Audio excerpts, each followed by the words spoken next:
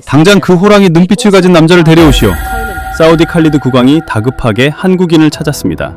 도대체 무슨 일이 벌어진 걸까요? 미국과 독일도 신이 와도 불가능하다며 도망친 50도 폭염의 주베일 사막. 이 프로젝트 때문에 회사가 망할 수도 있습니다. 하지만 우리가 해낸다면 대한민국의 위상이 달라지지 않겠소. 이 더위는 하늘이 준 축복이라며 밤에는 횃불을 켜고 24시간 사막과 싸웠습니다. 결국 지도에도 없던 거대한 항만이 바다 위에 솟아오르자 국왕은 흙먼지 투성이인 정 회장의 손을 잡고 오열했습니다. 당신들은 항구가 아니라 기적을 지었소. 세계 건설 역사를 다시 쓴 그날의 전설, 지금 공개합니다. 팽팽한 긴장감 속에서 동양인 한 명이 칼리드 국왕 앞에 섰습니다.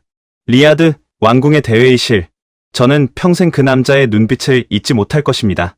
제 이름은 알리. 당시 사우디 수자원부의 전고 오만한 엘리트 관료였던 저는 통역을 맡아 국왕의 옥좌 옆에 서 있었습니다.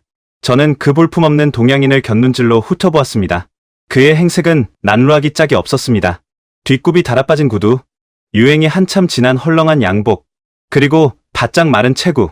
맞은편에 앉아 최고급 수트를 입고 은은한 향수 냄새를 풍기며 여유롭게 다리를 꼬고 앉아있는 미국과 독일의 건설사 임원들과는 너무나 대조적이었습니다. 그들은 마치 동물원에 갇힌 원숭이를 구경하듯 입가에 비릿한 미소를 머금은 채 그를 바라보고 있었습니다. 국왕께서 무겁게 입을 여셨습니다. 그 목소리는 낮았지만 회의실 전체를 울리는 위엄이 서려 있었습니다. 그대의 제안서는 잘 보았소. 하지만 도무지 이해가 가지 않는군. 미국의 벡텔, 독일의 호우티프 같은 세계적인 기업들도 이 공사는 최소 5년이 걸린다고 했소. 그들은 최첨단 장비와 수천 명의 기술자를 보유하고도 고개를 저었지. 그런데 당신들은 그들의 절반도 안 되는 비용으로 3년 안에 끝내겠다고 했소. 이건 과도한 자신감인가 아니면 우리 사우디 왕실을 기만하려는 수작인가? 저는 국왕의 말씀을 통역하며 속으로 코웃음을 쳤습니다. 자, 이제 본색을 드러내겠지. 계약금을 챙겨 달아나거나 공사 도중에 돈을 더 달라고 떼를 쓸게 뻔해. 서구의 임원들도 킥킥거리며 서로 눈짓을 교환했습니다. 하지만 그 남자의 입에서 나온 대답은 제 예상을 완전히 빗나갔습니다. 아니, 그것은 대답이라기보다는 포효에 가까웠습니다. 그는 제 통역을 기다리지도 않고 투박한 영어와 거친 손짓 발짓을 섞어가며 열변을 토하기 시작했습니다. 저나 사우디는 건설하기에 천혜의 조건을 갖춘 축복의 땅입니다. 신이 건설을 위해 내려주신 기회의 땅이란 말입니다. 순간 회의실에 있던 모든 관료들이 웅성거렸습니다. 통역하던 저조차도 귀를 의심했습니다. 50도가 넘는 살인적인 더위, 모래 폭풍, 물 부족, 인간의 생존조차 허락하지 않는 이 지옥 같은 환경을 두고 축복이라니? 저 자가 더위를 먹어도 단단히 먹었구나 싶었습니다. 서구 기술자 중 한 명은 참지 못하고 헛웃음을 터뜨렸습니다. 하지만 그 남자는 아랑곳하지 않고 더욱 목소리를 높였습니다. 그의 눈빛은 맹수처럼 번들거렸습니다. 비가 오지 않으니 1년 365일 내내 공사를 할 수 있지 않습니까? 우리 한국은 여름 장마철이다 태풍이다 뭐다 해서 1년에 공사할 날이 며칠 안 됩니다. 게다가 태양이 뜨거우니 콘크리트 양생은 또 얼마나 잘 됩니까? 낮에는 너무 더우면 밤에 횃불 켜고 하면 됩니다. 밤낮으로 쉬지 않고 돌리면 2년이면 충분한 걸 제가 혹시나 해서 넉넉 잡아 3년이라고 쓴 겁니다. 그것은 궤변이었습니다. 하지만 기이하게도 그 궤변에는 사람의 영혼을 빨아들이는 마력이 있었습니다. 낮에 못하면 밤에 한다. 비가 안 오니 축복이다. 상식을 뒤엎는 역발상의 칼리드 국왕의 눈빛이 흔들렸습니다. 국왕은 잠시 침묵하더니 턱을 괴고 그 남자를 뚫어지라 쳐다보았습니다. 사막의 태양을 저주가 아닌 축복이라 말한 사람은 내 평생 그대가 처음이오. 좋소. 그대의 그 축복이 진짜인지 가짜인지 내 눈으로 확인하겠소. 그렇게 현대건설은 9억 3천만 달러, 당시 세계건설 역사상 최대 규모의 공사를 따냈습니다. 서구 언론들은 사우디가 미쳤다, 한국인들은 사막에서 말라 죽을 것이다라며 대서특필했습니다. 솔직히 말해 저 역시 그들의 실패를 확신했습니다. 계약서에 도장을 찍으면서도 저는 생각했습니다. 두고 보자. 일주일도 안 돼서 짐 싸들고 도망칠 테니 위약금이나 넉넉히 받아내야겠군. 그날 밤 저는 숙소에 누워 천장을 바라보며 비릿한 웃음을 흘렸습니다. 세계 최고의 기술력을 가진 선진국들도 도망친 이 지옥 같은 현장에 제 발로 걸어 들어오겠다는 이 무모한 도박사들. 도대체 정체가 무엇이란 말인가? 하지만 그때는 꿈에도 몰랐습니다. 제가 경멸했던 그 작은 거인들이 훗날 제 조국의 지도를 바꾸고 제 메마른 가슴에 뜨거운 눈물을 흐르게 할 줄은 말입니다. 그리고 그들과의 만남이 제 인생을 송두리째 뒤흔들 거대한 폭풍의 서막이었다는 사실을 말입니다. 하지만 그 이야기를 하기 전에 우리가 왜 그토록 절박했는지부터 말씀드려야겠습니다. 저는 그 남자를 만나기 전에 지옥을 먼저 보았습니다. 여러분은 목마름이 무엇인지 아십니까? 진짜 목마름 말입니다. 수도꼭지를 틀면 콸콸 쏟아지는 물, 편의점에 가면 진열대를 가득 채운 생수병들, 그것이 당연한 세상에서 사는 여러분은 아마 모르실 겁니다. 목이 말라 미쳐버릴 것 같은 그 고통을 말입니다. 1976년 사우디아라비아, 그해 여름은 유난히도 뜨거웠습니다. 섭씨 50도를 오르내리는 살인적인 더위가 대지를 달구었고 모래폭풍은 짐승처럼 울부짖으며 모든 것을 집어삼켰습니다. 1970년대 오일 쇼크 이후 우리 땅에서는 검은 황금이라 불리는 석유가 콸콸 쏟아져 나왔습니다. 국고에는 달러가 넘쳐났고 왕족들은 최고급 리무진을 타고 다녔습니다. 하지만 그 화려한 리무진 창밖으로 보이는 풍경은 처참했습니다. 오직 물이 없었습니다. 돈으로 최고급 양주는 살 수 있었지만 아이들에게 먹일 깨끗한 물 한 잔은 구할 수 없었습니다. 사막의 베두인들은 말라버린 우물바닥을 긁으며 절규했고 가축들은 갈증을 이기지 못해 거품을 물고 쓰러졌습니다. 수도꼭지에서는 녹물이 섞인 흙탕물이 찔끔거리며 나왔고 그마저도 나오지 않는 날이 태반이었습니다. 저는 그때의 무력감을 아직도 생생히 기억합니다. 영국 옥스퍼드에서 유학을 마치고 돌아온 제 눈에 비친 조국의 현실은 참담함 그 자체였습니다. 수자원부 사무실의 에어컨은 윙윙거리며 돌아갔지만 창밖에서는 목이 말라 죽어가는 낙타의 비명소리가 들려왔습니다. 그것은 풍요 속의 빈곤이 아니라 황금으로 치장된 감옥이었습니다. 우리는 돈방석 위에 앉아 서서히 말라 죽어가고 있었습니다. 당시 국왕이셨던 칼리드 전하의 근심은 날로 깊어만 갔습니다. 인자하지만 엄격하셨던 그분은 밤마다 잠을 이루지 못하고 집무실을 서성이셨습니다. 알리, 내 백성들이 목이 말라 신음하고 있다. 바닷물을 민물로 바꾸고 그 물을 내륙 깊숙한 곳까지 끌어와야 한다. 주베일의 거대한 항만과 담수화 시설을 지어야 해. 국왕의 명령은 단호했지만 현실은 냉혹했습니다. 당시 주베일은 지도에도 제대로 표시되지 않는 허허벌판이었습니다.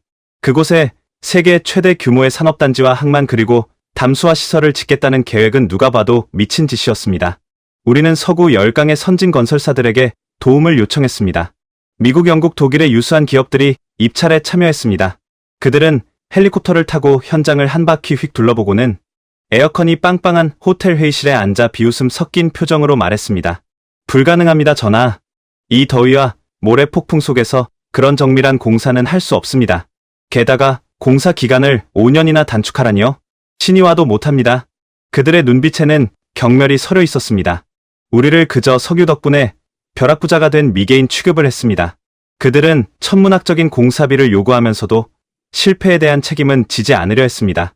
그들에게 사우디는 그저 돈을 뜯어낼 수 있는 호구였을 뿐 우리의 생존이나 갈증 따위는 안중에도 없었습니다.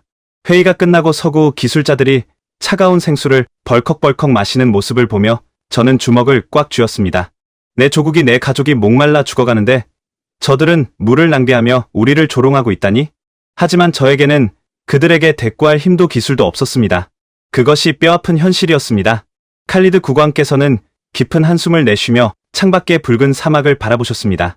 진정 우리를 위해 땀 흘려줄 친구는 없는 것인가? 절망이 짙게 깔린 왕궁의 회의실. 모두가 고개를 떨구고 있을 때 비서관이 조심스럽게 서류 봉투 하나를 들고 들어왔습니다. 그것은 입찰 마감 직전에 도착한 한 장의 제안서였습니다. 전하, 동방의 작은 나라에서 입찰 서류가 왔습니다. 그런데 조건이 좀 이상합니다. 저는 코웃음을 쳤습니다. 미국과 독일도 포기한 이 난공사의 이름도 들어본 적 없는 나라가 도전장을 내밀다니? 서류를 받아든 저는 회사 이름을 천천히 읽어 내려갔습니다. 현대건설, 코리아. 그들이 제시한 공사 비용은 서구 기업들의 절반 수준이었고 공사 기간은 말도 안 되게 짧았습니다. 이건 자신감이 아니라 사기였습니다. 저는 서류를 책상 위에 던지며 말했습니다. 이건 미친 짓입니다. 더위 먹은 게 분명해요. 이 작은 나라가 무슨 기술로 주베일 항만을 건설한단 말입니까? 당장 돌려보내시죠. 하지만 국왕의 눈빛은 달랐습니다. 지푸라기라도 잡고 싶은 심정이었을까요? 아니면 그 서류 행간에 숨겨진 어떤 기운을 감지하셨던 걸까요? 국왕께서는 잠시 침묵하시더니 나지막이 말씀하셨습니다. 그들을 한번 만나보고 싶구나. 그 호랑이 같은 눈빛을 가진 남자를 데려오거라. 며칠 뒤 리야드 공항에 낡은 양복을 입은 동양인 남자가 내렸습니다. 깡마른 체구의 검게 그을린 얼굴. 하지만 그의 눈빛만은 사막의 태양보다 더 뜨겁게 이글거리고 있었습니다. 그가 바로 훗날 사막의 호랑이라 불리게 될 정 회장이었습니다. 저는 그를 마중 나가며 속으로 비릿한 웃음을 흘렸습니다. 그래, 어디 한번 버텨봐라. 이 지옥의 열기가 너희의 그 오만함을 며칠 만에 꺾어놓을지 두고 보겠다. 그리고 왕궁에서 벌어진 일은 앞서 이야기한 그대로였습니다. 그 남자는 지옥을 축복이라 불렀고 국왕은 그 미친 도박에 나라의 운명을 걸었습니다. 계약이 성사된 후 저는 현장 답사를 위해 그들을 주베일로 안내했습니다. 리야드에서 차로 몇 시간을 달려 도착한 주베일은 그야말로 허허벌판이었습니다. 그늘 하나 없는 땡볕 아래 차 문을 여는 순간 숨이 턱 막혀왔습니다. 마치 거대한 헤어드라이어가 얼굴 정면으로 뜨거운 바람을 쏘아대는 것 같았습니다. 지열로 인해 아지랑이가 피어올라 시야가 흐릿할 지경이었습니다. 함께 온 서구 감리단 기술자들은 차 밖으로 나오지도 않고 손가락 한 마디만큼 내려 현장을 힐끗 보곤 했습니다. 오 맙소사. 이 날씨에 밖을 나가는 건 자살행위예요. 하지만 한국인들은 달랐습니다. 차가 멈추자마자 정 회장과 기술진들은 뜨거운 모래밭을 향해 뚜벅뚜벅 걸어 들어갔습니다. 정 회장은 바닥에 모래를 한 줌 쥐어 혀를 대보기도 하고 바다로 뛰어들듯 성큼성큼 걸어가 수심을 체크했습니다. 땀이 비 오듯 쏟아져 셔츠가 몸에 달라붙어 투명해질 정도였지만 그들의 눈은 먹이를 노리는 굶주린 늑대처럼 형형하게 빛나고 있었습니다. 그들은 단순히 땅을 측량하는 것이 아니었습니다. 마치 이 거친 사막과 한판 붙어보겠다는 듯 땅의 기운을 읽고 있었습니다. 저는 에어컨이 나오는 차 안에 앉아 그 기이한 광경을 바라보며 묘한 전율을 느꼈습니다. 그날 밤 저는 호기심을 이기지 못하고 그들의 숙소를 불시에 방문했습니다. 주베일 외곽에 급조된 한국인들의 베이스 캠프는 난로하기 그지없었습니다. 에어컨 시설이 완비된 서구 기술자들의 호텔급 캠프와 달리 한국인들의 숙소는 양철로 만든 컨테이너와 낡은 텐트가 전부였습니다. 해가 졌지만 사막의 밤은 여전히 35도를 웃돌았고 습기까지 더해져 찜통 같았습니다. 이런 곳에서 잠이나 잘 수 있겠어? 불평불만이 쏟아져 나오겠지. 저는 조소를 머금고 컨테이너 문틈으로 안을 들여다보았습니다. 하지만 그 순간 저는 얼어붙고 말았습니다. 그들은 자고 있지 않았습니다. 좁은 컨테이너 안은 땀 냄새와 담배 연기 그리고 알 수 없는 열기로 가득 차 있었습니다. 수십 명의 남자들이 속옷바람으로 땀을 뻘뻘 흘리며 도면을 펴놓고 고함을 치고 있었습니다. 선풍기 한 대가 힘겹게 돌아가고 있었지만 그들의 열기를 식히기에는 역부족이었습니다. 야, 이 구간은 내일 새벽 4시부터 들어간다. 자재 준비 안 되면 다 죽을 줄 알아? 그들의 눈에는 핏발이 서 있었습니다. 돈을 벌러 온 월급쟁이들의 눈빛이 아니었습니다. 마치 내일 당장 적진으로 돌격해야 하는 결사대 같았습니다. 누군가는 벽을 치며 소리를 질렀고 누군가는 머리를 쥐어뜯으며 계산기를 두드렸습니다. 그것은 회의가 아니라 전쟁 작전 타임이었습니다. 저는 그 기이한 광경을 보며 처음으로 등골이 서늘해짐을 느꼈습니다. 제가 알던 상식으로는 도저히 설명할 수 없는 에너지가 그 좁은 방 안에서 소용돌이치고 있었습니다. 이 사람들 대체 정체가 뭐지? 돈에 미친 건가 아니면 정말로 신이 보낸 미치광이들인가? 그때 문 쪽을 바라보던 한 청년과 눈이 마주쳤습니다. 땀에 젖은 머리카락 사이로 보이는 그의 눈동자는 깊고 어두웠지만 동시에 섬뜩할 정도로 맑았습니다. 그는 저를 보고도 놀라지 않았습니다. 그저 묵묵히 다시 도면으로 시선을 돌릴 뿐이었습니다. 그것이 제가 목격한 동방의 도박사들의 첫 모습이었습니다. 저는 도망치듯 그곳을 빠져나왔지만 숙소로 돌아오는 내내 그들의 땀 냄새가 코끝에서 지워지지 않았습니다. 그리고 그날 밤의 그 뜨거운 열기는 앞으로 우리에게 닥쳐올 거대한 지옥의 예고편에 불과하다는 것을 그때는 미처 알지 못했습니다. 1976년 가을, 주베일의 하늘이 핏빛으로 물들며 마침내 지옥의 문이 활짝 열렸습니다. 여러분이 상상하는 더위란 어떤 것입니까? 한여름 아스팔트 위에서 피어오르는 아지랑이 정도를 떠올리신다면 죄송하지만 그것은 이곳 주베일에서는 선선한 봄바람에 불과합니다. 이곳의 더위는 단순한 기온이 아니라 폭력 그 자체였습니다. 숨을 들이쉴 때마다 폐포 깊숙한 곳으로 잘게 부순 유리 조각이 밀려 들어오는 것 같았고 쇠로 된 공구는 달궈진 프라이팬처럼 뜨거워져 장갑 없이는 만질 수도 없었습니다. 오전 10시 태양이 머리 꼭대기에 오르기도 전에 온도계의 붉은 눈금은 이미 45도를 넘어섰고 정오가 되면 50도 끝까지 올라가 금방이라도 터질 듯 비명을 질렀습니다. 사막의 태양은 자비 없는 처형인처럼 대지 위의 모든 생명체를 말려 죽이려 들었습니다. 미국과 유럽에서 온 감리단 기술자들은 오전 11시가 되면 칼같이 작업을 중단했습니다. 이건 인간이 견딜 수 있는 환경이 아니다. 이 날씨에 일하는 건 미친 짓이야. 그들은 혀를 내두르며 에어컨이 윙윙거리는 숙소로 도망치듯 사라져 낮잠을 즐겼습니다. 그것이 상식이었고 인간으로서 당연한 생존 본능이었습니다. 하지만 한국인들에게는 그 상식이 통하지 않았습니다. 그들은 정말로 미친 사람들 같았습니다. 태양이 가장 표독스럽게 내리쬐는 오후 2시에도 한국인들의 현장은 멈추지 않았습니다. 덤프트럭이 굉음을 내며 모래먼지를 일으켰고 용접 불꽃이 태양 빛과 뒤섞여 튀었습니다. 머리에 쓴 안전모 안으로 땀이 폭포수처럼 흘러내려 눈을 뜰 수 없을 지경이어도 그들은 수건으로 이마를 질끈 동여매고 망치질을 멈추지 않았습니다.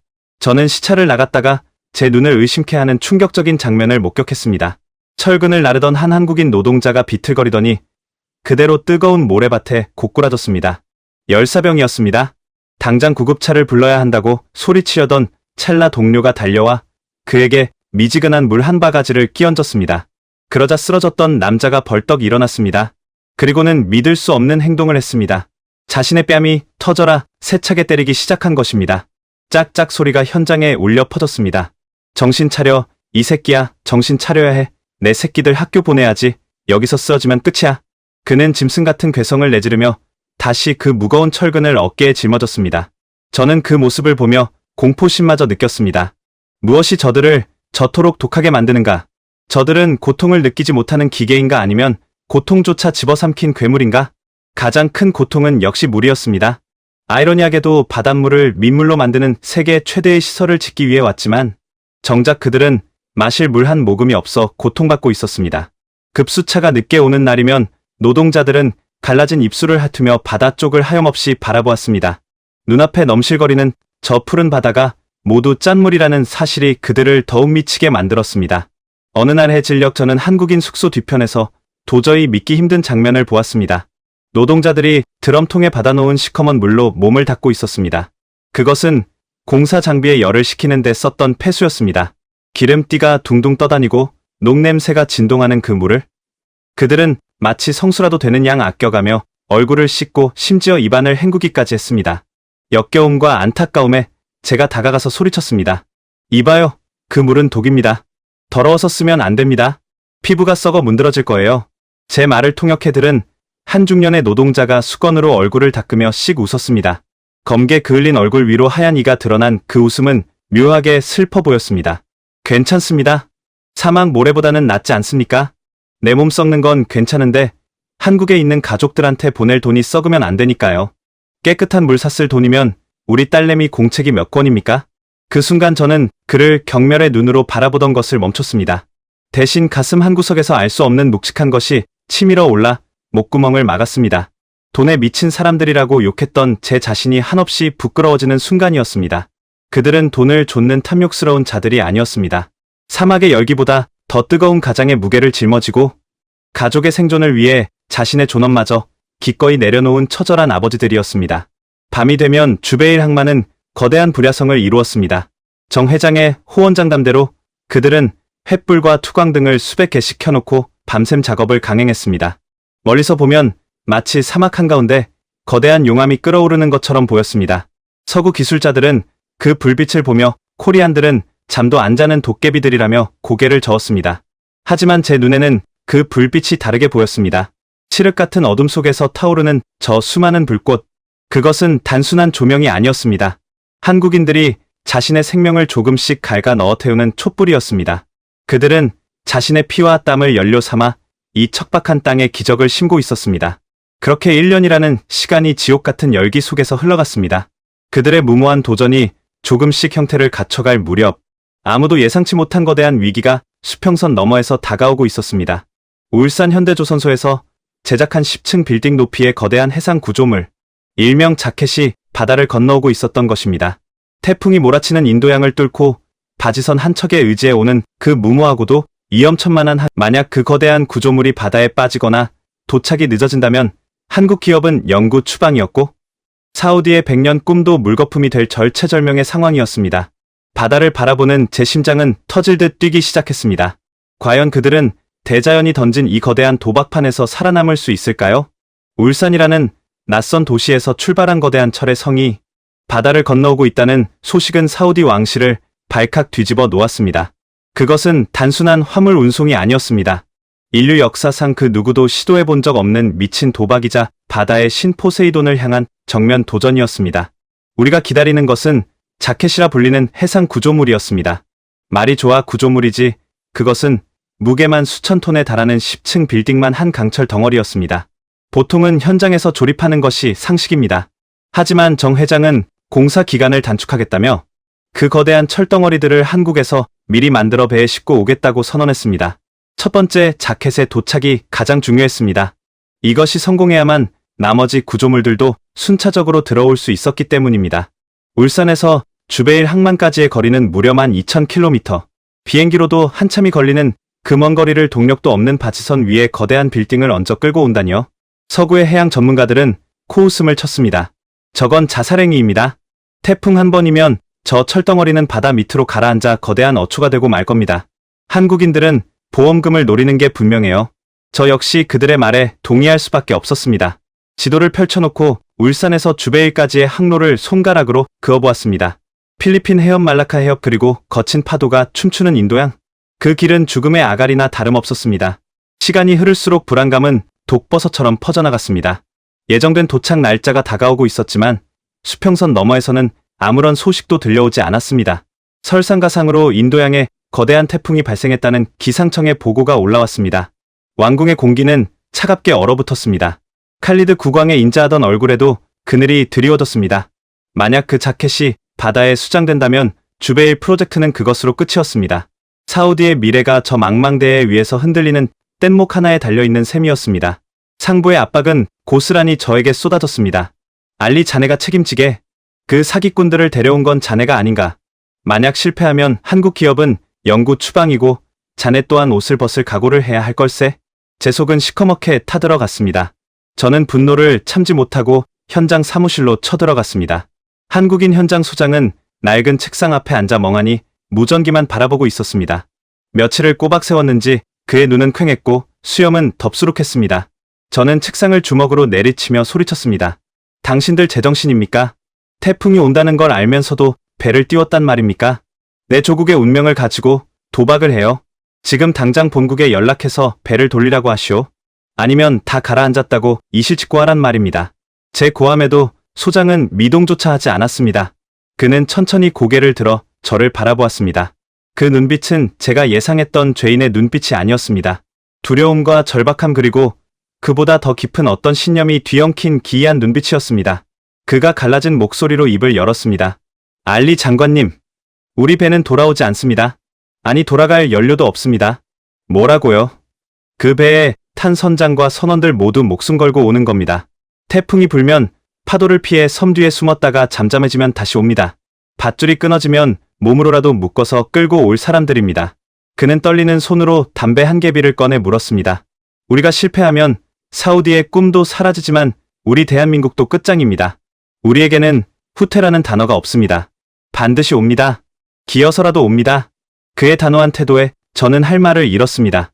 뻔뻔함이라고 하기에는 너무나 비장했고 오기라고 하기에는 너무나 처절했습니다. 저는 씩씩거리며 사무실을 나왔지만 가슴 한구석이 묵직하게 내려앉는 것을 느꼈습니다. 저들은 대체 무엇을 위해 저토록 목숨을 거는 것인가? 그리고 며칠 뒤 운명의 날이 밝았습니다. 예정일보다 일주일이나 늦어진 시점이었습니다.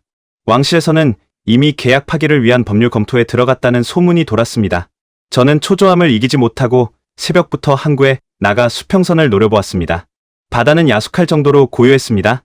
갈매기 몇 마리만 끼룩거릴 뿐 거대한 철의 성은 보이지 않았습니다. 태양은 점점 높이 솟아올라 대지를 달구기 시작했고 제 희망도 뜨거운 열기에 증발해 버릴 것만 같았습니다. 끝났구나. 결국 기적은 없었어. 오후 4시 서구 감리단장이 저에게 다가와 어깨를 두드리며 빈정거렸습니다. 알리, 이제 그만 포기하고 철수 명령을 내리죠. 바다 밑바닥을 뒤져야 나올 텐데 여기서 기다려봤자 뭐하겠소. 저는 입술을 깨물며 고개를 떨구었습니다. 패배를 인정해야 하는 순간이었습니다. 한국인 소장에게 가서 짐을 싸라고 말해야 했습니다. 무거운 발걸음을 때려는 찰나 현장 막로에 올라가 있던 한국인 직원의 찢어질 듯한 비명소리가 들려왔습니다. 왔다. 저기 온다. 대장이 온다. 저는 감전된 사람처럼 뒤를 돌아보았습니다. 그리고 미친 듯이 막로 위로 뛰어 올라갔습니다. 숨이 턱까지 차올랐지만 멈출 수 없었습니다. 떨리는 손으로 망원경을 낚아채 바다를 향해 초점을 맞췄습니다. 아지랑이가 피어오르는 수평선 끝자락, 푸른 바다와 맞닿은 그곳에 검은 점 하나가 보였습니다. 아니, 점이 아니었습니다. 그것은 점점 커지고 있었습니다. 마치 바다를 가르고 솟아오른 거대한 괴물처럼, 혹은 신화 속의 거인처럼 웅장한 실루엣이 서서히 모습을 드러내고 있었습니다. 그것은 자켓이었습니다. 태풍을 뚫고 12,000km의 파도를 넘어 마침내 모습을 드러낸 철의 성. 바지선은 파도에 너덜너덜해져 있었고 구조물 곳곳에는 녹이 슬고 해초가 엉겨붙어 있었지만 그 모습은 그 어떤 화려한 보석보다도 숭고하고 아름다워 보였습니다. 현장에 있던 수천 명의 한국인 노동자들이 일제히 환호성을 질렀습니다. 그들은 안전모를 하늘로 집어 던지고 서로 얼싸안으며 통곡했습니다. 모래바닥에 무릎을 꿇고 절을 하는 사람, 춤을 추는 사람, 미친 듯이 소리를 지르는 사람. 그곳은 공사장이 아니라 해방을 맞이한 광장 같았습니다. 저 역시 망원경을 든 손을 부들부들 떨었습니다. 눈가에 뜨거운 것이 고였습니다. 불가능하다던 서구 전문가들의 비웃음을 박살내고 기어이 약속을 지켜낸 저 독한 사람들. 그 순간만큼은 그들이 사기꾼도 도박사도 아닌 바다를 정복한 영웅으로 보였습니다. 하지만 감동에 젖어 있을 시간은 길지 않았습니다. 자켓의 도착은 끝이 아니라 더 큰 시련의 시작이었기 때문입니다. 이제 저 거대한 쇳덩어리를 바다 한가운데 정확한 위치에 꽂아 넣어야 했습니다. 허용 오차는 단 10cm. 세계적인 해양 공학자들은 말했습니다. 운반에 온 건 기적이지만 설치는 불가능해. 파도가 치는 바다 위에서 저 거대한 물건을 10cm 오차 내로 설치한다고 신의 손을 빌리지 않고서는 절대 불가능해. 과연 그들에게는 신의 손이 있었을까요? 도착한 자켓을 바라보는 정 회장의 눈빛이 다시 한번 매섭게 빛났습니다. 바다는 아직 그들에게 마지막 시험을 남겨두고 있었습니다. 바다 위에서 펼쳐지는 서커스. 아니, 그것은 목숨을 담보로 한 러시안 룰렛이었습니다. 울산에서 온 자켓은 그 자체로 거대한 철의 산이었습니다. 높이 30m, 무게 4,000톤. 이 엄청난 쇳덩어리를 바다 한가운데 미리 박아놓은 파일 위에 정확히 끼워 맞춰야 했습니다. 허용 오차는 단 10cm. 여러분은 10cm가 얼마나 작은지 아십니까? 흔들리는 배 위에서 손바닥만 한 스마트폰을 탁자 위에 내려놓는 것도 쉽지 않은데 집채만 한 빌딩을 파도가 넘실거리는 바다 위에서 바늘구멍에 꿰어야 하는 상황이었습니다. 영국에서 파견된 수석 엔지니어 스미스 씨는 저에게 계산기를 두드려 보이며 단언했습니다. 미스터 알리, 이건 물리학적으로 불가능해요. 파고가 1m만 쳐도 저 구조물은 그네처럼 흔들릴 겁니다. 구멍을 맞추기는커녕 파일과 부딪혀서 다 박살이 날 겁니다. 내기에 걸어도 좋아요. 저건 절대 못합니다. 그의 말은 논리적이었습니다. 하지만 그 논리에는 간절함이 빠져 있었습니다. 한국인들에게 이 공사는 물리학의 실험이 아니라 생존의 문제였습니다. D-Day 아침, 바다는 숨을 죽인 듯 고요했지만 공기는 팽팽하게 당겨진 활시위처럼 긴장감으로 가득 찼습니다. 정 회장은 현장 지휘선 가장 높은 곳에 서서 마치 적진을 노려보는 장군처럼 바다를 응시했습니다. 작전 개시. 전기에서 짧고 굵은 명령이 떨어지자 바지선 위에 있던 수백 명의 한국인들이 일사불란하게 움직이기 시작했습니다. 그들의 작전은 서구 기술자들의 상식을 완전히 파괴하는 것이었습니다. 보통은 초대형 해상 크레인을 이용해 구조물을 들어 올려 설치합니다. 하지만 당시에는 그런 장비를 빌리는 것조차 천문학적인 비용과 시간이 들었습니다. 그래서 그들이 선택한 방법은 바지선에 물을 채워 배를 가라앉히며 구조물을 미끄러뜨리는 방식이었습니다. 일명 런칭 공법. 이론상으로는 가능하지만 자칫 밸브 조절을 잘못하면 배가 뒤집히거나 구조물이 엉뚱한 곳으로 처박힐 수 있는 위험천만한 도박이었습니다. 우웅하는 굉음과 함께 펌프가 돌아가기 시작했습니다. 바지선의 탱크로 바닷물이 쏟아져 들어갔습니다. 거대한 배가 서서히 한쪽으로 기울기 시작했습니다. 끼기기 쿵.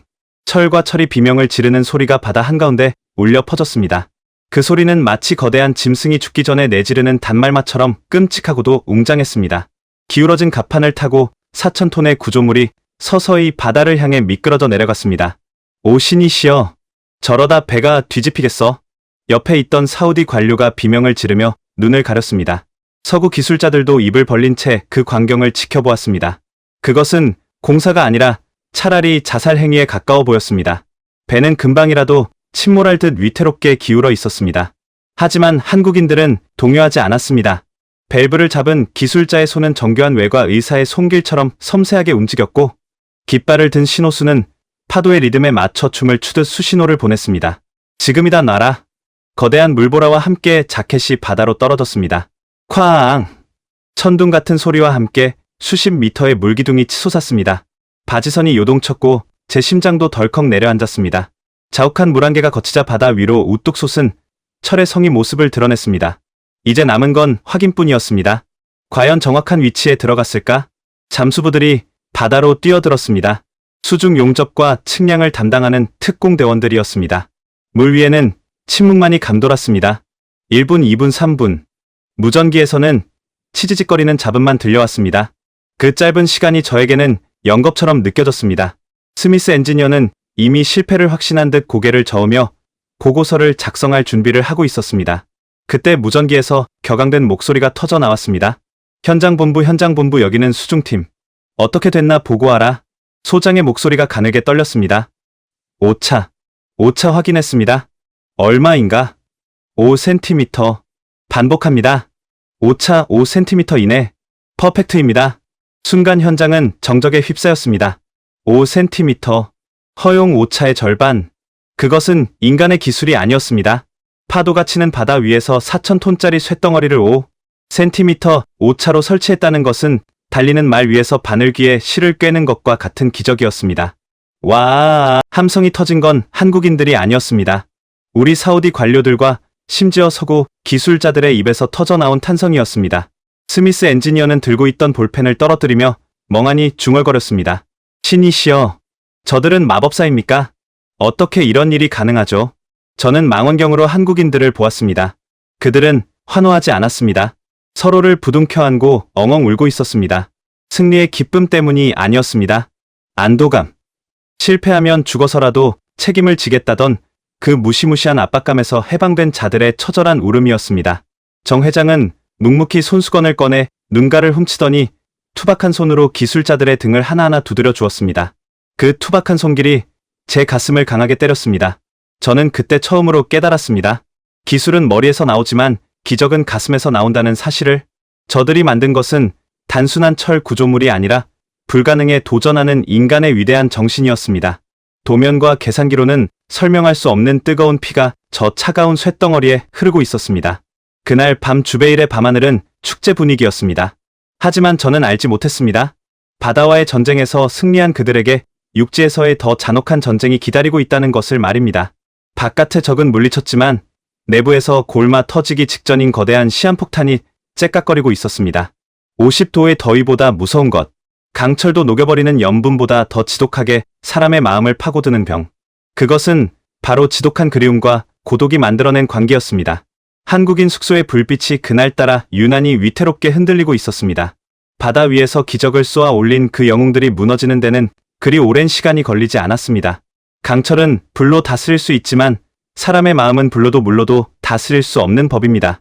공사가 중반으로 접어들면서 현장에는 기묘한 기류가 흐르기 시작했습니다. 그것은 살인적인 더위나 고된 노동 때문이 아니었습니다. 바로 지독한 향수병이었습니다. 사막의 밤은 너무나 고요했고 그 고요함은 독침처럼 사람의 가슴을 찔렀습니다. 한국인 노동자들은 낮에는 악귀처럼 일했지만 밤이 되면 어린아이처럼 무너져 내렸습니다. 숙소 곳곳에서 흐느끼는 소리가 들려왔고 눈빛은 점점 초점을 잃어갔습니다. 어떤 이는 허공을 보며 아내의 이름을 불렀고 어떤 이는 모래바닥에 아이의 얼굴을 그리다 지우기를 반복했습니다. 그들의 영혼은 사막의 모래 폭풍에 깎여나가고 있었습니다. 사소한 말다툼이 주먹다짐으로 번지는 일이 잦아졌습니다. 야, 이 새끼야, 물 좀 아껴 쓰라고 했지. 네가 뭔데 나한테 이래라 저래라야? 평소 같으면 웃어넘길 일에도 그들은 으르렁거렸습니다. 눈에는 핏발이 섰고 입에서는 거친 욕설이 튀어나왔습니다. 그것은 단순한 싸움이 아니었습니다. 견딜 수 없는 고독과 그리움이 골마 터져 나오는 비명이었습니다. 현장 소장은 저에게 심각한 얼굴로 보고했습니다. 알리 장관님, 분위기가 심상치 않습니다. 이러다 폭동이라도 일어날 것 같습니다. 제발 한국으로 편지라도 보낼 수 있게 해주십시오. 하지만 당시 통신 사정은 열악했고 편지가 오가는 데만 한 달이 넘게 걸렸습니다. 그 한 달을 기다리는 동안 그들의 마음은 바싹 마른 장작처럼 타들어가고 있었습니다. 그러던 어느 날 한국에서 특별한 화물이 도착했습니다. 정 회장이 직접 지시하여 공수한 것이라고 했습니다. 컨테이너 문이 열리자 시큼하고 톡 쏘는 냄새가 현장을 뒤덮었습니다. 그것은 김치였습니다. 한국인들의 영혼의 음식이라 불리는 그 붉은 배추 절임. 그리고 그 밑에는 더 귀한 보물이 숨겨져 있었습니다. 바로 가족들이 보낸 위문 편지와 녹음 테이프였습니다. 식당에 모인 수천 명의 노동자들은 밥상 위에 올라온 김치 한 조각을 보며 말을 잇지 못했습니다. 젓가락을 든 손이 부들부들 떨렸습니다. 누군가 김치 한 점을 입에 넣고 우물거리는 순간 현장은 울음바다로 변했습니다. 여보, 아빠. 녹음기에서 흘러나오는 아내의 목소리, 아이들의 제잘거리는 소리. 그 소리는 메마른 사막에 내리는 단비보다 더 촉촉하게 그들의 가슴을 젖혔습니다. 여보, 우리 걱정 말고 밥 잘 챙겨 드세요. 철수가 이번에 100점 맞았어요. 당신 보고 싶어요. 투박한 경상도 사투리 수줍은 전라도 사투리가 스피커를 통해 울려 퍼지자 거친 사내들은 얼굴을 감싸 쥐고 엉엉 울었습니다. 50도의 더위도 맨손으로 이겨내던 그 강철 같은 사내들이 고작 김치 한 조각과 편지 한 장에 무너져 내리는 모습. 저는 그 광경을 멀리서 지켜보며 큰 충격을 받았습니다. 제가 그동안 그들을 오해하고 있었다는 것을 뼈저리게 느꼈습니다. 저는 그들을 돈 벌러 온 용병이나 일중독자 기계라고 생각했습니다. 하지만 그들은 기계가 아니었습니다. 누군가의 남편이자 누군가의 아버지, 그리고 누군가의 아들이었습니다. 가족을 위해 이역만리 타국에서 청춘을 바치고 자신의 몸을 불사르는 가장들, 그들의 땀방울 하나하나에 가족을 향한 사랑이 녹아있다는 것을 저는 그제야 깨달았습니다. 식당 구석에서 한 청년이 낡은 사진 한 장을 꺼내 김치 국물이 묻은 손으로 어루만지고 있었습니다.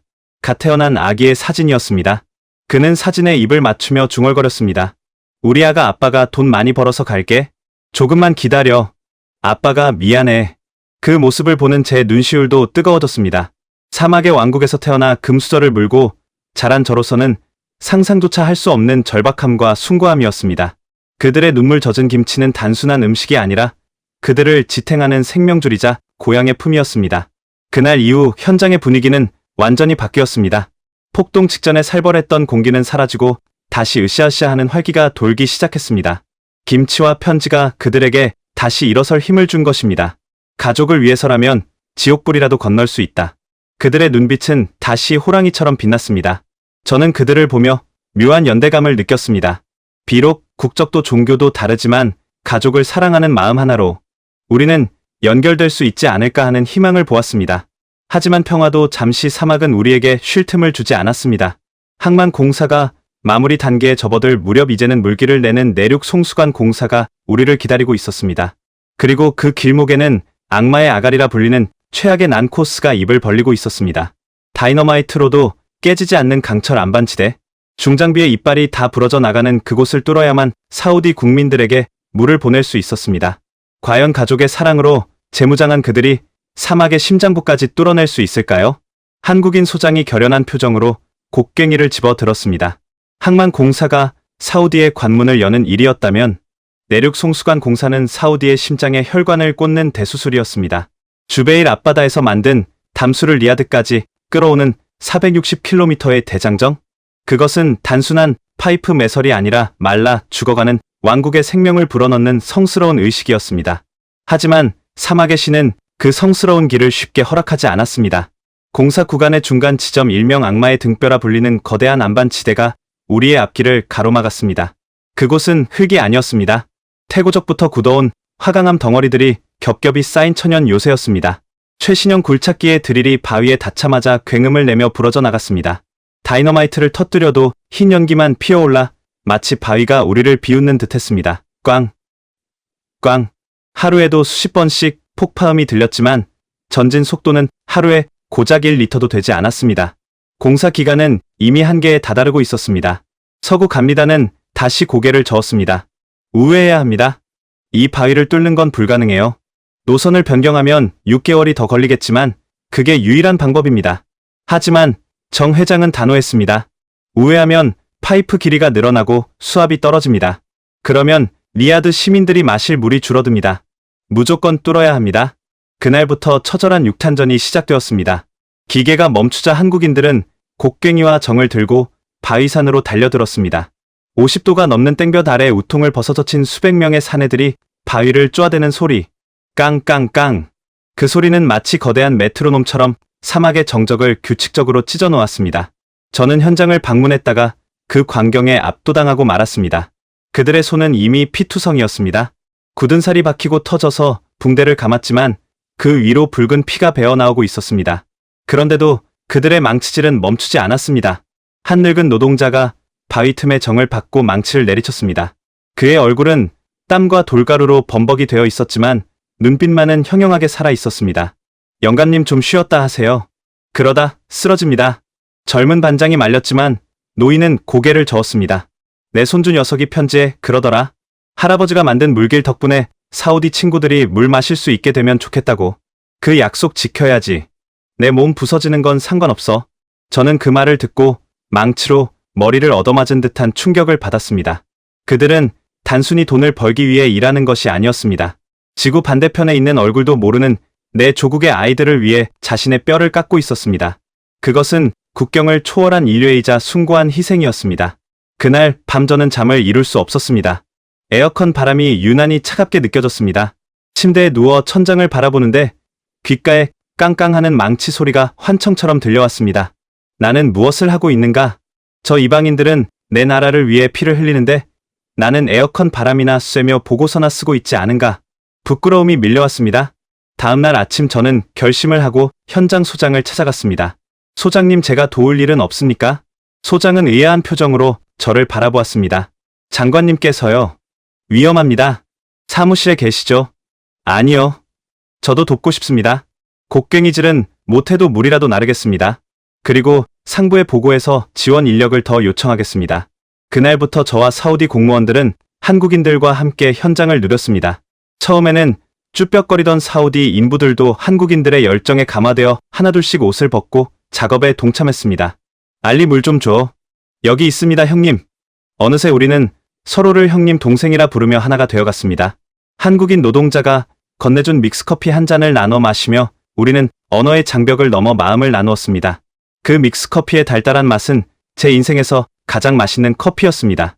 마침내 안반지대의 마지막 구간, 가장 단단한 바위가 버티고 있는 곳이었습니다. 모두가 숨을 죽이고 지켜보는 가운데 발파 스위치가 눌러졌습니다. 쾅! 거대한 폭발음과 함께 먼지 구름이 피어올랐습니다. 그리고 잠시 후 먼지가 걷히자 바위 한가운데 뻥 뚫린 구멍이 보였습니다. 마치 사막의 심장이 열린 듯한 그 구멍 너머로 희미한 빛이 새어 들어왔습니다. 뚫렸다. 만세. 한국인과 사우디인들이 서로 얼싸안고 뒹굴었습니다. 땀과 흙먼지가 뒤섞인 채 우리는 춤을 추었습니다. 그것은 단순한 공사의 성공이 아니었습니다. 사막의 저주를 인간의 의지로 깨부순 승리의 순간이자 한국과 사우디가 진정한 형제로 거듭난 역사적인 순간이었습니다. 하지만 기쁨도 잠시 현장에 급한 무전이 날아들었습니다. 코드 레드, 코드 레드. 국왕 전하께서 오십니다. 뭐라고? 국왕께서. 현장은 순식간에 긴장감에 휩싸였습니다. 칼리드 국왕의 예고 없는 방문. 그것은 축복일 수도 있지만 자칫하면 재앙이 될 수도 있었습니다. 현장은 흙투성이에 정돈되지 않은 날 것 그대로의 모습이었습니다. 서구 기업들은 국왕 방문 전에 며칠씩 청소를 하고 레드카펫을 깔아놓곤 했는데 지금 우리는 그럴 시간조차 없었습니다. 저 멀리서 흙먼지를 일으키며 왕실의 리무진 행렬이 다가오고 있었습니다. 정 회장은 흙 묻은 작업복 차림 그대로 국왕을 맞이하러 나갔습니다. 저는 마른 침을 삼키며 그 뒤를 따랐습니다. 과연 국왕께서는 이 처절하고도 지저분한 현장을 보고 어떤 표정을 지으실까요? 리무진 문이 열리고 칼리드 국왕이 천천히 차에서 내렸습니다. 그의 시선이 땀범벅이 된 한국인 노동자들과 흙투성이인 제 얼굴을 차례로 훑고 지나갔습니다. 그리고 그의 시선이 멈춘 곳은 바로 바닥에 굴러다니는 찌그러진 양은 냄비와 먹다 남은 김치 조각이었습니다. 칼리드 국왕의 시선이 머문 곳에는 방금 전까지 노동자들이 허겁지겁 밥을 먹던 흔적이 고스란히 남아 있었습니다. 찌그러진 양은 냄비 바닥에 뒹구는 김치 조각 흙먼지가 뽀얗게 앉은 숟가락들. 왕실 의전팀장이 사색이 되어 달려왔습니다. 전하, 죄송합니다. 미처 치우지 못했습니다. 당장 치우도록 하겠습니다. 이바들 뭐해, 어서 치워. 의전팀장의 고함에 한국인 노동자들은 죄인처럼 고개를 숙이고 뒷걸음질 쳤습니다. 저는 등줄기에 식은땀이 흘렀습니다. 신성한 국왕 앞에서 이런 불결한 모습을 보이다니 왕실 모독죄로 처벌받을 수도 있는 상황이었습니다. 하지만 국왕께서는 손을 들어 의전팀장을 제지했습니다. 그대로 두어라. 그리고는 천천히 그 밥상 앞으로 걸어가셨습니다. 최고급 가죽 구두가 진흙탕을 밟았지만 국왕은 개의치 않으셨습니다. 그는 허리를 굽혀 흙바닥에 떨어진 숟가락 하나를 집어 들었습니다. 알리, 이 사람들은 왜 식당이 아닌 여기서 밥을 먹는 거지? 국왕의 낮은 목소리에 제가 떨리는 목소리로 대답했습니다. 전하, 식당까지 왔다 갔다 하는 시간이 아까워서 현장에서 바로 식사를 해결하고 곧바로 작업을 하기 위해서입니다. 국왕은 아무 말 없이 숟가락을 내려다보았습니다. 달고 달아 얇아진 숟가락 끝에는 한국인들의 치열한 삶이 묻어 있었습니다. 1분 1초라도 아껴 공사 기간을 맞추려는 그들의 처절한 노력이 그 작은 숟가락 하나에 응축되어 있었습니다. 국왕께서 고개를 들어 정 회장을 바라보셨습니다. 흑투성이 작업복에 안전모를 쓴 정 회장은 꼿꼿한 자세로 국왕을 마주하고 있었습니다. 미스터 정, 당신들은 대체 무엇을 위해 이렇게까지 하는가? 돈 때문인가 아니면 명예 때문인가? 정 회장은 통역을 거치지 않고 서툴지만 진심이 담긴 영어로 대답했습니다. 전하, 우리는 약속을 지키기 위해 일합니다. 사우디 국민들에게 물을 주겠다는 약속 그리고 내 가족을 굶기지 않겠다는 약속. 그 약속을 지키기 위해서라면 우리는 흙바닥에서 밥을 먹어도 행복합니다. 정 회장의 눈빛은 흔들림이 없었습니다. 그 눈빛에는 왕 앞에서도 굴하지 않는 당당함과 노동의 신성함이 서려 있었습니다. 국왕은 한참 동안 정 회장을 응시하더니 천천히 고개를 끄덕이셨습니다. 약속이라. 내 평생 수많은 사람을 만났지만 흙바닥에서 밥을 먹으며 행복하다고 말하는 사람은 처음 보았소. 국왕은 갑자기 몸을 돌려 뒤에 서 있던 한국인 노동자들에게 다가갔습니다. 경호원들이 당황하여 막아서려 했지만 국왕은 손을 저어 물리쳤습니다. 가장 앞줄에 서 있던 새까만 얼굴의 청년, 땀과 기름때로 범벅이 된 그의 손을 국왕이 덥석 잡았습니다. 청년은 소스라치게 놀라 손을 빼려 했지만 국왕은 그 거친 손을 두 손으로 감싸 쥐었습니다. 전하, 제 손은 더럽습니다. 기름때가. 아니네. 자네 손은 더럽지 않아. 국왕의 눈시울이 붉어졌습니다. 내 나라를 위해 흘린 자네의 땀보다 더 깨끗하고 성스러운 것은 없네. 이 손은 더러운 게 아니라 가장 아름다운 훈장이네. 고맙네. 정말 고맙네. 그 순간 현장에는 정적이 흘렀습니다. 국왕의 진심 어린 한마디가 사막의 열기보다 더 뜨겁게 노동자들의 가슴을 파고들었습니다.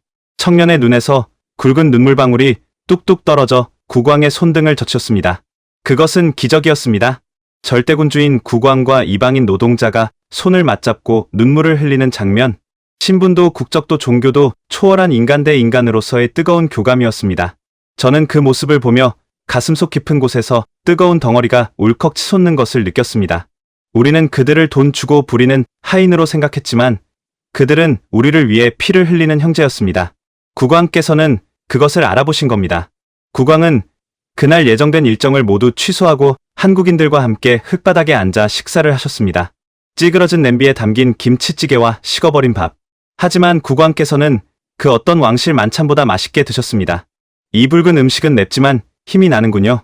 한국인들의 열정 맛이 납니다. 국왕의 농담에 현장은 웃음바다가 되었습니다. 그날 이후 한국인들을 바라보는 사우디 사람들의 눈빛은 완전히 달라졌습니다. 꼬레아는 더 이상 낯선 이방인의 이름이 아니라 존경과 감사의 대명사가 되었습니다. 국왕의 방문은 현장에 새로운 기적을 불러왔습니다. 사우디 정부의 전폭적인 지원이 쏟아지기 시작했습니다. 통관 절차가 간소화되어 자재가 쏟아져 들어왔고 행정적인 걸림돌들이 일사천리로 해결되었습니다. 그리고 마침내 운명의 날이 다가왔습니다. 모든 공사가 끝나고 담수화 시설의 가동 스위치를 올리는 날, 3년이라는 긴 시간 동안 흘린 피와 땀의 결실을 맺는 날이었습니다. 주베일 해안가의 거대한 펌프장이 웅장한 위용을 드러냈습니다. 수천 개의 파이프가 거미줄처럼 얽혀 있고 그 중심에는 심장처럼 거대한 터빈이 자리 잡고 있었습니다. 현장에는 수만 명의 인파가 모였습니다. 사우디 왕족과 관료들, 한국인 기술자들, 그리고 물을 기다려온 수많은 사우디 국민들, 모두의 시선이 단상 위에 있는 붉은색 버튼에 고정되었습니다. 정 회장과 칼리드 국왕이 나란히 단상에 올랐습니다. 국왕께서 정 회장의 손을 잡고 함께 버튼 위에 손을 올렸습니다. 미스터 정, 준비되었소? 네, 전하. 준비되었습니다. 두 사람의 손이 동시에 버튼을 눌렀습니다. 쿵! 지축을 울리는 굉음과 함께 거대한 터빈이 돌아가기 시작했습니다. 우웅! 낮게 깔리는 진동이 발바닥을 타고 전해져 왔습니다. 마치 잠자던 거인이 기지개를 켜는 듯한 소리였습니다. 바닷물을 빨아들여 소금기를 걸러내고 깨끗한 민물로 바꾸는 기적의 공정? 수천 개의 계기판 바늘이 일제히 움직이기 시작했습니다. 하지만 물은 바로 나오지 않았습니다. 거대한 파이프라인을 타고 물이 이동하는 데는 시간이 필요했습니다. 1분, 2분, 침묵의 시간이 흘렀습니다. 사람들은 마른 침을 삼키며 수도꼭지가 달린 거대한 수조를 바라보았습니다. 혹시 실패한 건 아닐까? 어딘가 파이프가 터진 건 아닐까? 불안감이 엄습해 올 때쯤 파이프 끝에서 쿨럭하는 소리가 들렸습니다. 공기가 빠져나가는 소리였습니다. 그리고 잠시 후 쏴! 수도꼭지에서 하얀 물줄기가 폭포수처럼 쏟아져 내렸습니다. 투명하고 맑은 물, 사막의 태양 아래 보석처럼 반짝이는 생명의 물이었습니다. 와! 함성이 터져 나왔습니다. 사막이 떠나갈 듯한 환호성이었습니다. 아이들이 뛰어나와 쏟아지는 물줄기 아래로 몸을 던졌습니다. 옷이 젖는 것도 아랑곳하지 않고 물을 받아 마시고 서로에게 물을 뿌리며 춤을 추었습니다. 엄마 물이야 물. 짜지 않아. 달아. 아이들의 해맑은 웃음소리가 사막의 열기를 식혔습니다. 베두인 노인들은 하늘을 향해 두 손을 들고 알라께 기도를 올렸습니다. 그리고 한국인 노동자들에게 다가가 그들의 손에 입을 맞추며 감사를 표했습니다. 슈크란 꼬레아. 슈크란. 고맙습니다 한국. 고맙습니다라는 뜻이었습니다. 저는 쏟아지는 물줄기를 바라보며 멍하니 서 있었습니다. 제 뺨 위로 뜨거운 것이 흘러내렸습니다. 그것은 눈물인지 땀인지 아니면 저 시원한 물방울인지 알 수 없었습니다. 물이 쏟아지는 그 순간 저는 보았습니다. 한국인 노동자들이 서로 부둥켜 안고 오열하는 모습을. 그들은 환호하지 않았습니다. 그저 하염없이 울고만 있었습니다. 지난 3년의 고통과 서름 그리움이 저 물줄기와 함께 씻겨 내려가는 듯했습니다. 정 회장도 고개를 숙인 채 어깨를 들썩이고 있었습니다. 호랑이 같던 그분도 오늘만큼은 한 명의 나약한 인간이 되어 감격에 눈물을 흘리고 있었습니다. 그날 주베일에는 비가 내리지 않았지만 우리 모두의 가슴 속에는 축복의 비가 내렸습니다. 사막의 목마름을 해결해 준 것은 첨단 기술도 거대 자본도 아니었습니다. 그것은 바로 한국인들이 흘린 진실한 땀방울이었습니다. 하지만 이 환희의 순간이 영원할 수는 없었습니다. 이제 그들은 떠나야 할 시간이었습니다. 기적을 만든 영웅들이 고향으로 돌아가는 날, 리야드 공항에는 기이한 풍경이 펼쳐지고 있었습니다. 보통 외국인 노동자가 떠날 때는 아무도 관심을 갖지 않습니다. 하지만 그날은 달랐습니다. 공항으로 가는 길목마다 사우디 사람들이 태극기를 흔들며 서 있었습니다. 공항으로 가는 길은 마치 개선장군의 행렬 같았습니다. 도로변에는 수천 명의 사우디 시민들이 나와 손을 흔들고 있었습니다. 그들의 손에는 서툰 솜씨로 그린 태극기와 아랍어로 쓴 감사합니다라는 팻말이 들려 있었습니다. 저는 운전대를 잡은 손이 떨려오는 것을 느꼈습니다. 지난 수십 년 동안 수많은 외국 기업들이 다녀갔지만 떠나는 뒷모습에 이토록 뜨거운 박수를 보내는 것은 처음이었습니다. 차창 밖으로 한 노인이 물통을 들어 보이며 한국인 버스를 향해 절을 하는 모습이 스쳐 지나갔습니다. 그 물통에 담긴 것은 단순한 물이 아니었습니다. 한국인들이 선물한 생명이자 희망이었습니다. 공항에 도착하자 출국장 로비는 인산인해를 이루고 있었습니다. 사우디 동료들이 한국인 형제들을 배웅하기 위해 일손을 놓고 달려온 것입니다. 김 형님, 이거 가져가세요. 우리 집 대추야자입니다. 박 반장님, 잊지 않겠습니다. 꼭 다시 오세요. 서로 부둥켜 안고 눈물을 흘리는 사람들, 피부색도 다르고 언어도 다르지만 그 순간만큼은 한 핏줄을 나눈 형제보다 더 끈끈해 보였습니다. 3년 전 서로를 경계하고 무시했던 그 차가운 시선들은 온데간데 없고 오직 뜨거운 석별의 정만이 공항을 가득 채우고 있었습니다. 저는 정 회장님을 찾아 두리번거렸습니다. 그는 구석진 벤치에 앉아 낡은 수첩을 정리하고 있었습니다. 3년 전 처음 보았을 때보다 흰머리가 훨씬 늘었고 얼굴 주름은 더 깊어졌지만 눈빛만은 여전히 맑고 강인했습니다. 회장님, 제가 다가가자 그가 고개를 들어 빙그레 웃었습니다. 알리 장관, 고생 많았소. 자네 덕분에 무사히 마쳤네. 아닙니다 회장님. 고생은 회장님과 한국 분들이 다 하셨죠. 저희는 그저. 저는 목이 메어 말을 잇지 못했습니다. 무슨 말로 감사를 표해야 할지 적당한 단어를 찾을 수 없었습니다. 그저 그의 투박한 손을 잡고 고개를 숙일 뿐이었습니다. 정 회장님이 제 어깨를 두드리며 말씀하셨습니다. 알리, 물은 위에서 아래로 흐르지만 사람의 마음은 아래에서 위로 흐르는 법이네. 우리 노동자들이 흘린 땀이 자네들 마음속으로 흘러들어갔다면 그걸로 충분하네. 그의 말은 시 한 구절처럼 제 가슴에 박혔습니다. 아래에서 위로 흐르는 마음, 가장 낮은 곳에서 가장 험한 일을 하면서도 잃지 않았던 그들의 자존심과 인간애가 결국은 국왕의 마음까지 움직이고 사막의 기적을 만들어낸 원동력이었음을 깨달았습니다. 출국 게이트가 열리고 한국인들이 하나둘씩 들어가기 시작했습니다. 그들은 뒤를 돌아보며 손을 흔들었습니다. 잘 있어요, 사우디. 건강하세요. 그들의 뒷모습은 3년 전보다 훨씬 작고 남루해 보였습니다. 고된 노동으로 허리는 굽었고 피부는 검게 그을려 노인처럼 변해버렸습니다. 하지만 제 눈에는 그 어떤 거인보다도 위대하고 커 보였습니다. 그들은 자신의 젊음과 건강을 이 땅에 묻고 대신 우리에게 푸른 생명을 선물하고 떠나는 산타클로스였습니다. 비행기가 이륙하고 하늘 높이 솟아오를 때까지 저는 자리를 뜨지 못했습니다. 활주로 너머로 멀어져 가는 비행기를 보며 저는 속으로 맹세했습니다. 당신들을 잊지 않겠습니다. 이 땅에서 물이 마르지 않는 한 당신들의 전설은 영원히 기억될 것입니다. 그렇게 그들은 떠났습니다. 하지만 그들이 남긴 유산은 사우디 곳곳에 살아 숨쉬고 있습니다. 주베일 항만은 세계 최대의 산업단지로 성장하여 사우디 경제의 심장이 되었고 그들이 뚫어놓은 송수관을 타고 흐르는 물은 리야드의 도심을 푸르게 적시고 있습니다. 지금 제 손자가 마시는 이 달콤한 물 한 잔도 바로 그들이 오래전에 흘린 땀방울의 결정체입니다. 집으로 돌아온 저는 수도꼭지를 틀었습니다. 콸콸 쏟아지는 물줄기 소리가 마치 그날의 함성처럼 들려왔습니다. 저는 컵에 물을 가득 받아 단숨에 들이켰습니다. 시원한 물이 목을 타고 넘어가며 온몸의 세포를 깨우는 것 같았습니다. 이 물맛은 달았습니다. 설탕을 탄 것도 아닌데 혀끝에 감도는 맛이 너무나 달콤했습니다. 그것은 고통 뒤에 찾아오는 성취의 맛이었고 절망 끝에 피어난 희망의 맛이었습니다. 할아버지 왜 우세요? 손자가 제 눈물을 닦아주며 물었습니다.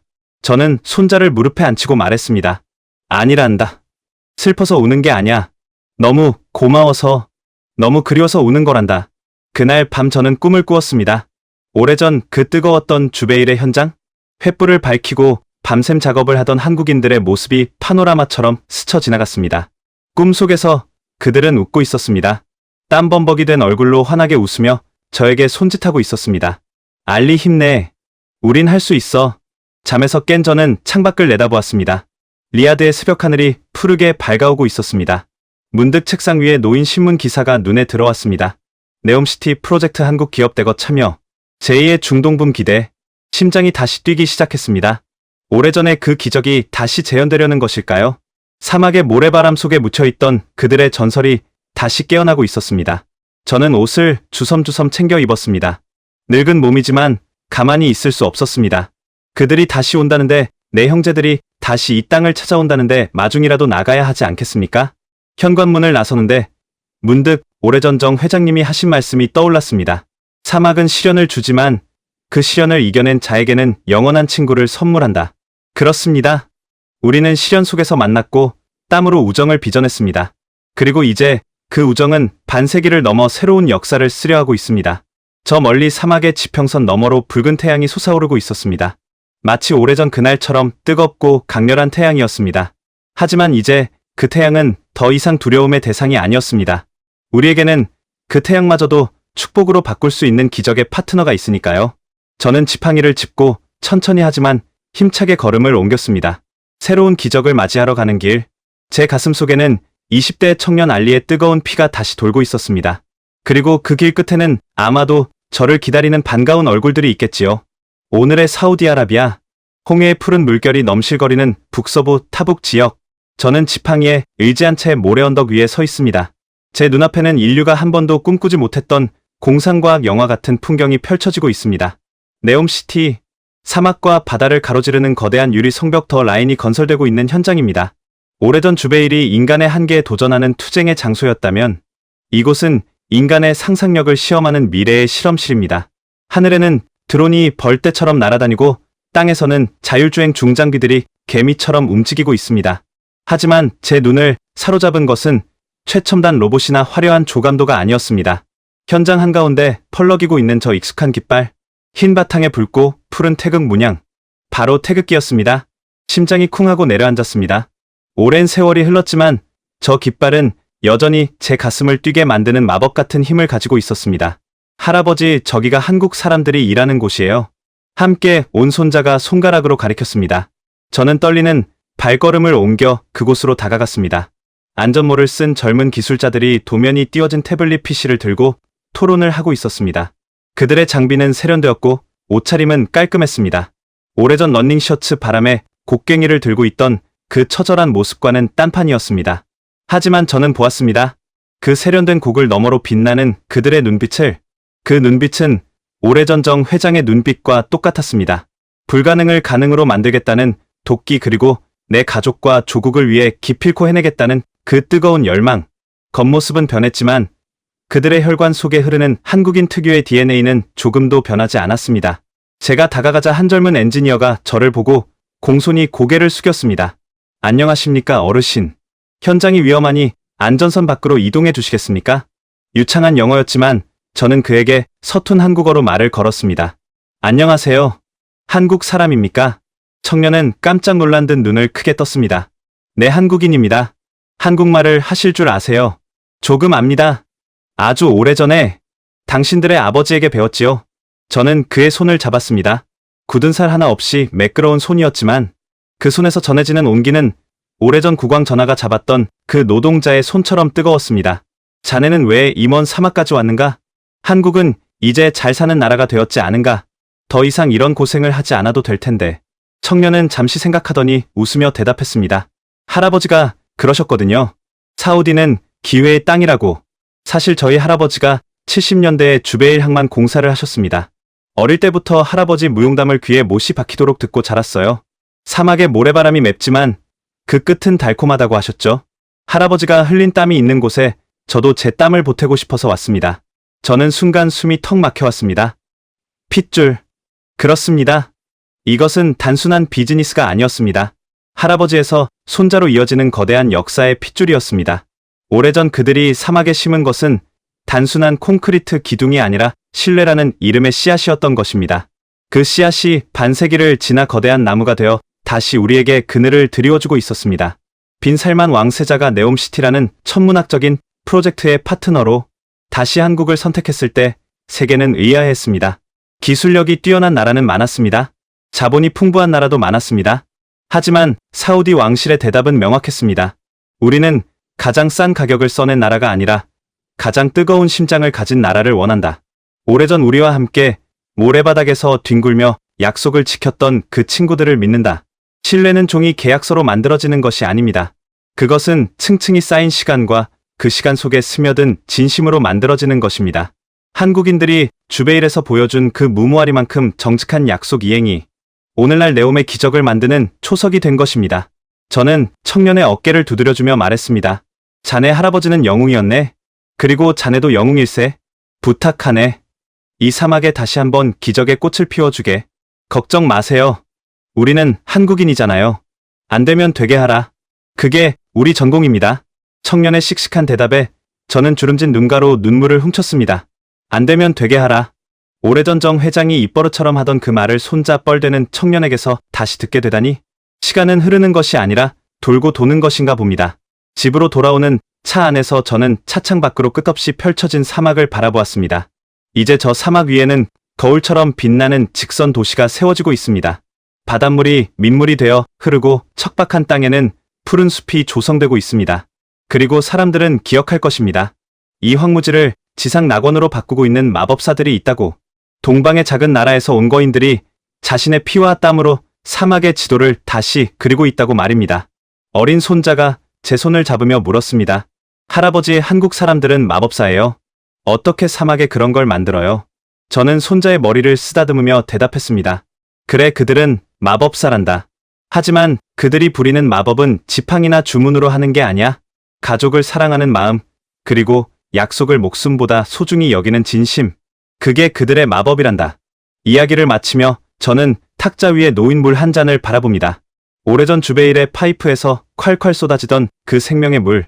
그 물은 지금도 제 혈관을 타고 흐르고 있습니다. 그리고 이제 새로운 물길이 열리고 있습니다.